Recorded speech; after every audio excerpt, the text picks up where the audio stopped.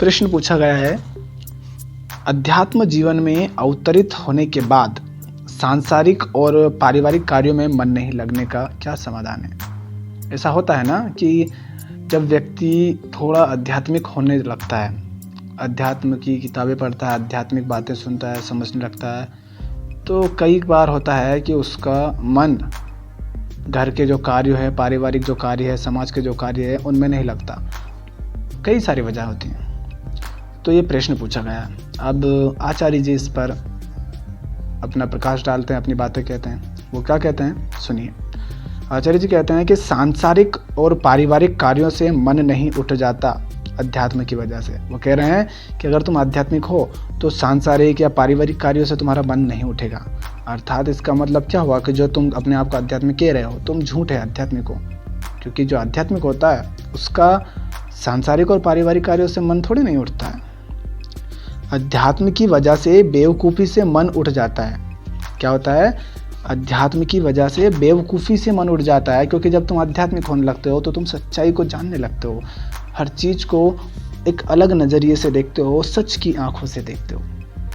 तो जो भी तुम्हें झूठा दिखता है उससे तुम्हारा मन उठता है। तो तुम्हें लगता है कि मैं पारिवारिक कार्यों से, समाज के कार्यों से, संसार के कार्यों से मन उठ रहा है मेरा।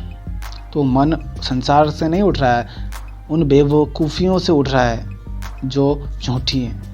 अध्यात्म का बिल्कुल विरोध नहीं है संसार, परिवार या समाज से। अध्यात्म इन सब का विरोध नहीं करता है। अध्यात्म तो जीवन को सच्चाई और सौंदर्य देने का विज्ञान है। अध्यात्म का विरोध है तो वो है बेवकूफ़ी से। अध्यात्म बेवकूफ़ी से विरोध करता है। जहाँ कहीं भी मूर्खता होती है, विवेकहीनता होती है, बकवास होती है, छदम षड्यंत्र होते हैं, छल और प्रपंच होते हैं, अज्ञान का अंधेरा होता है, अध्यात्म उन पर रोशनी डालता है, उन पर प्रकाश डालता है, उन सबको ख़त्म कर देता है। अध्यात्म का काम है सच्चाई को, निर्भीकता को, सुंदरता को आगे बढ़ाना। लेकिन ये सुनने को खूब मिलता है कि जब से जीवन में अध्यात्म आया है तब से परिवार में समस्याएं बढ़ गई हैं, इत्यादि इत्यादि। अध्यात्म तो बेवकूफ़ी के खिलाफ है भाई। अध्यात्म जीवन में आया, परिवार में समस्याएं बढ़ गईं, इससे क्या बात समझ में आती है? इससे तो यही पता चलता है कि परिवार बेवकूफ़ियों का अड्डा था, बेवकूफ़ियों से भरा हुआ था और अभी भी है। तो अध्यात्म आया नहीं कि बेवकूफ़ियों पर चोट पड़ रही है करारी। तो जब बेवकूफ़ियों पर चोट पड़ती है तो दर्द तो उनको भी होता है। पेट में कीड़े हों और तुम कीड़े मारने की दवाई खाओ, ठीक है, पेट में कीड़े हों और तुम कीड़े मारने की दवाई खाओ और भीतर से आवाज़ आए ज़ोर ज़ोर से, अरे ये दवाई बड़ी घातक है, ये तो मार ही डालेगी। तो क्या ये तुम्हारी आत्मा की आवाज़ है? ये कीड़ों की आवाज़ है। वो दवाई शरीर के लिए घातक नहीं है, वो दवाई कीड़ों के लिए घातक है। तो अध्यात्म कीड़े मारने वाली दवाई है। उससे अगर किसी को तकलीफ हो रही है तो वो कीड़ा है। बुराई को जब मारते हैं तो बुराई को तकलीफ होती है। तो जब तुम अध्यात्म में आते हो तो तकलीफ़ें होती है उन सब को। फिर जब उन सबको तकलीफ़ें होंगी तो वो तुम्हें भी तकलीफ़ पहुंचाना चाहेंगे। बल्कि कीड़ा कौन है ये जानने के लिए अध्यात्म सर्वोत्तम विधि है कि कौन कीड़ा है, कौन है वो दुष्प्रभाव, कौन है वो बेवकूफ़ी। जिनको अध्यात्म से तकलीफ़ होती है वो ही कीड़े हैं। अध्यात्म ताप है। मोम जानते हो ना, मोम के पुतले खड़े हों और लोहे के पुतले खड़े हों। अध्यात्म आग है, जला दो आग।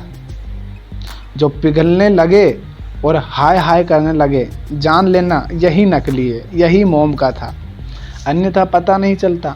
दूर से देखो तो मोम का पुतला भी लकड़ी के है, मोम पुतला भी लकड़ी है, लोहे के, तांबे के,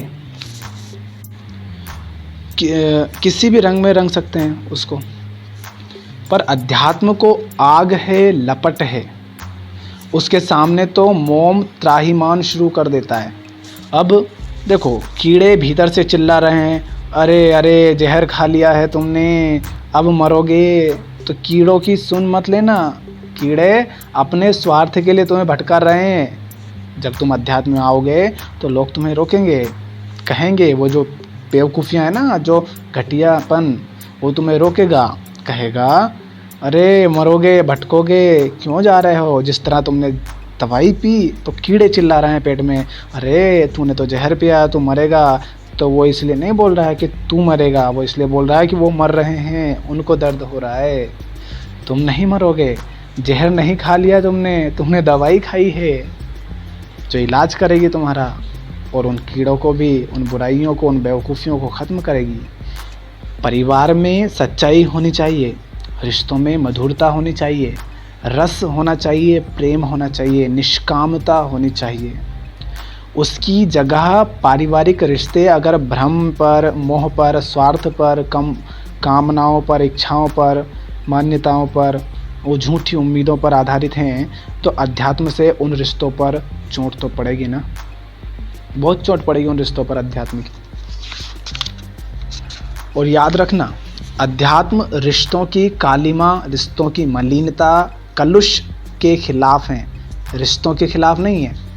अध्यात्म ये नहीं कहता रिश्ता तोड़ दो, लेकिन अध्यात्म ये ज़रूर कहता है कि अगर वो रिश्ते झूठी अवधारणाओं, मान्यताओं, उम्मीदों, ठीक है, झूठे स्वार्थ पर, मोह पर, इन सब पर अगर आधारित हैं, तो इन सब पर बड़ा असर पड़ता है अध्यात्म का।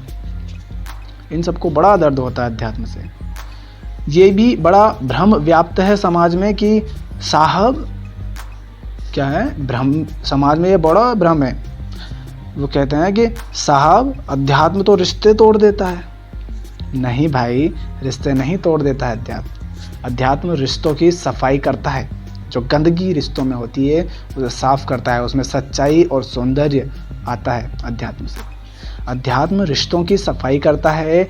मेल हाय हाय करके चिल्लाती है, गंदगी, बेवकूफ़ी हाय हाय करके चिल्लाती है, हाय हाय मैं तो बर्बाद हो गई, बर्बाद हो गए।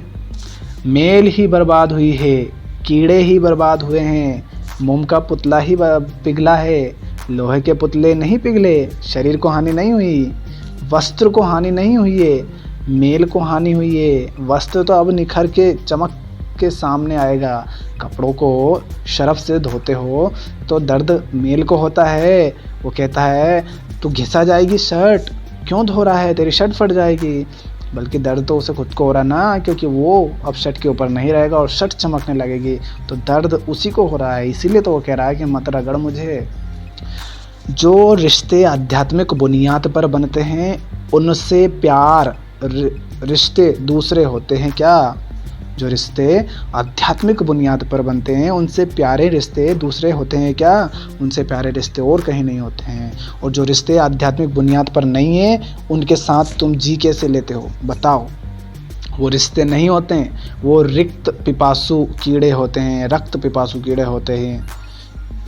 फिर जो तुम्हारी आंत के भीतर पल रहे हैं बस, और खून पीना चाहते हैं। रिश्ते तोड़ने की कोई बात नहीं है। संतों के रिश्ते तो पूरे संसार से बन जाते हैं। जो संत होता है उसका रिश्ता तो पूरे संसार से होता है, उसका कोई भी अपना पराया नहीं होता, सब उसके अपने हैं। और वो भी फिर सबका है, या तो वो सबका भी है और किसी का भी नहीं है। अध्यात्म अगर रिश्ते तोड़ने का खेल होता तो संत क्यों कहते पूरा ब्रह्मांड ही हमारा परिवार है? संत तो कहते हैं कि पूरा ब्रह्मांड ही हमारा परिवार है। अध्यात्म तो रिश्ते बनाता है, रिश्ते जोड़ता है, तोड़ता नहीं। वो भी बहुत ही सुंदर तरीके से, साफ तरीके से जोड़ता है।